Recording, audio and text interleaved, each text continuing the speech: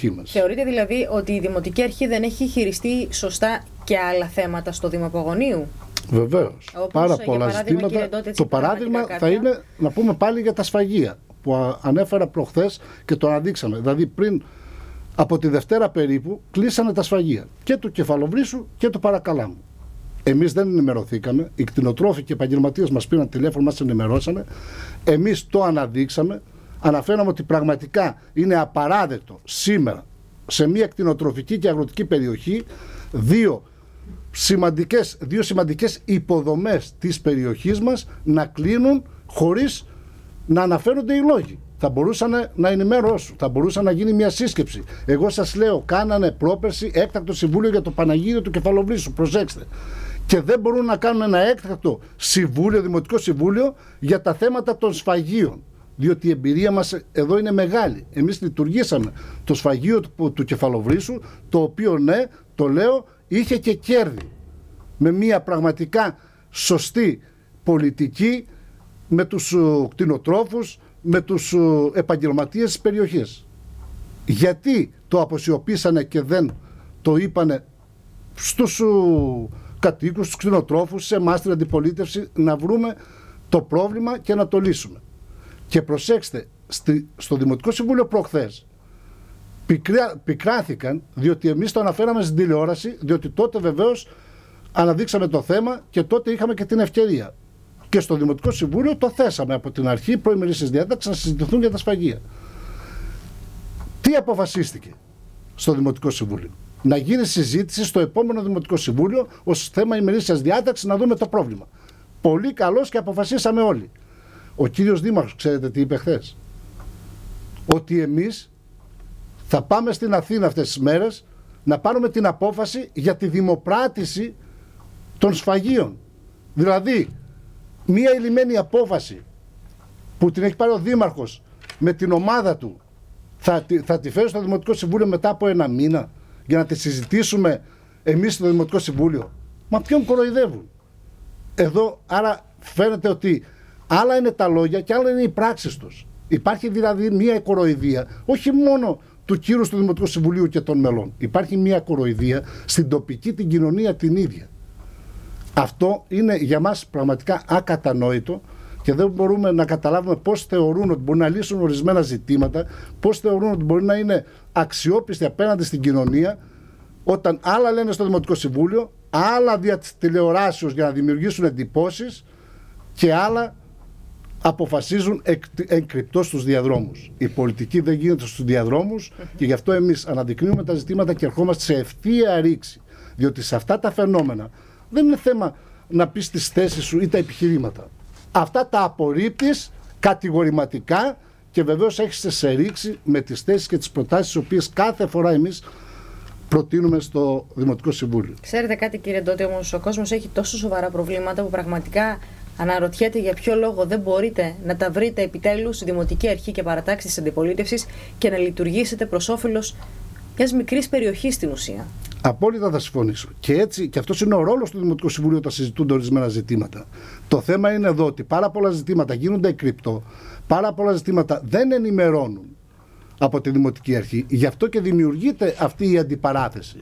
Εγώ είδατε στην αρχή είπα ως αντιπολίτευση. Χρειάζεται μια συνεννόηση, μια συζήτηση. Όταν δεν υπάρχει ο συνομιλητής όμως για την αντιπολίτευση, γιατί η Δημοτική Αρχή κοφεύει σε όλες τις προτάσεις μας, σε όλες τις δράσεις για κοινωνικές πολιτικές, αντιλαμβάνεστε ότι εμείς δεν έχουμε άλλη διέξοδο από το να ενημερώσουμε τους πολίτες ποιες είναι οι θέσεις μας και ποια θα είναι, αν θέλετε, η στόχευση, οι στόχοι μας, εάν αύριο θα είμαστε στη Δημοτική Αρχή.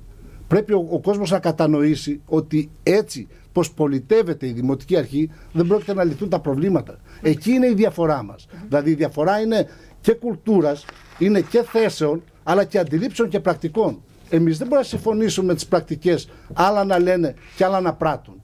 Εμείς έχουμε το ρόλο πραγματικά να ελέγχουμε, να προτείνουμε, να κριτικάρουμε.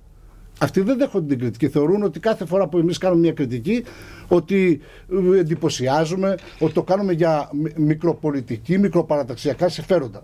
Μα αυτοί που δώσαν τις υποσχέσεις προεκλογικά Αυτοί έχουν και τη δική τους αξιοπιστία και δείχνουν και την ειλικρίνειά τους. Το θέμα είναι να πείσετε τον κόσμο, κύριε Ντότη. Αυτό ακριβώς. Αυτό θέλω να πω. Για ποιο λόγο τα κάνετε? Εμείς τα κάνουμε διότι θεωρούμε ότι έτσι καλύτερα θα επιληθούν τα προβλήματα του πογονείου. Όταν λέμε για μια αποκεντρωμένη λειτουργία των υπηρεσιών, δεν είναι σωστό. Δηλαδή τα χωριά, το Κεφαλόβρυς, το Δελβινάκι, ο Παρακάλαμος να έχουν υπηρεσίες.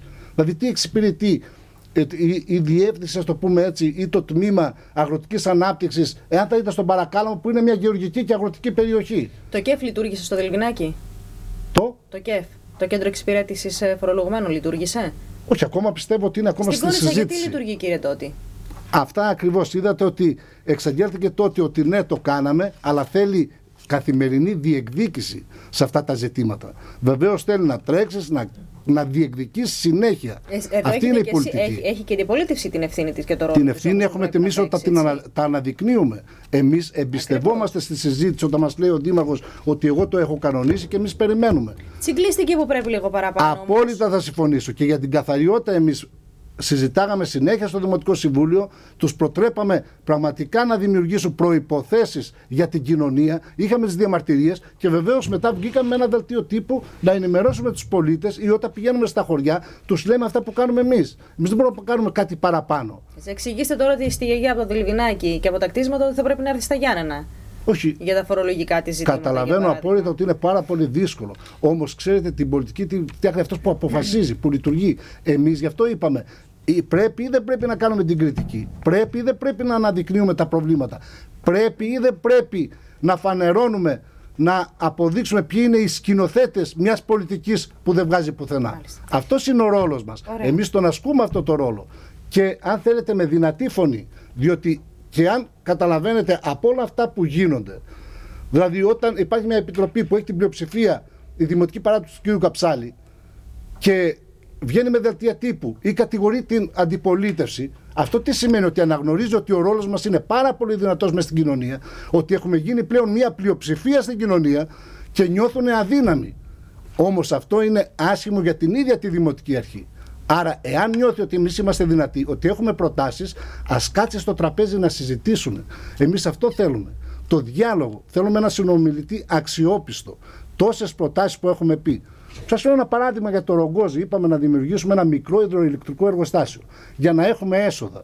Έρχονται κάθε φορά στο Δημοτικό Συμβούλιο και λένε δεν γίνεται και δεν κάνουν. Μα μια φορά δεν έφερα μια μελέτη. Γιατί εμείς έχουμε σπουδάσει, έχουμε 5 γνώσεις, έχουμε και 5 φίλους μηχανικούς. Ξέρουμε τι σημαίνει από μία πηγή. Στη γειτονική χώρα, μία μικρή πηγή είναι από τα μεγαλύτερα, το τρίτο αν θέλετε, υδροηλεκτρικό εργοστάσιο ενέργειας. Από μία μικρή πηγή.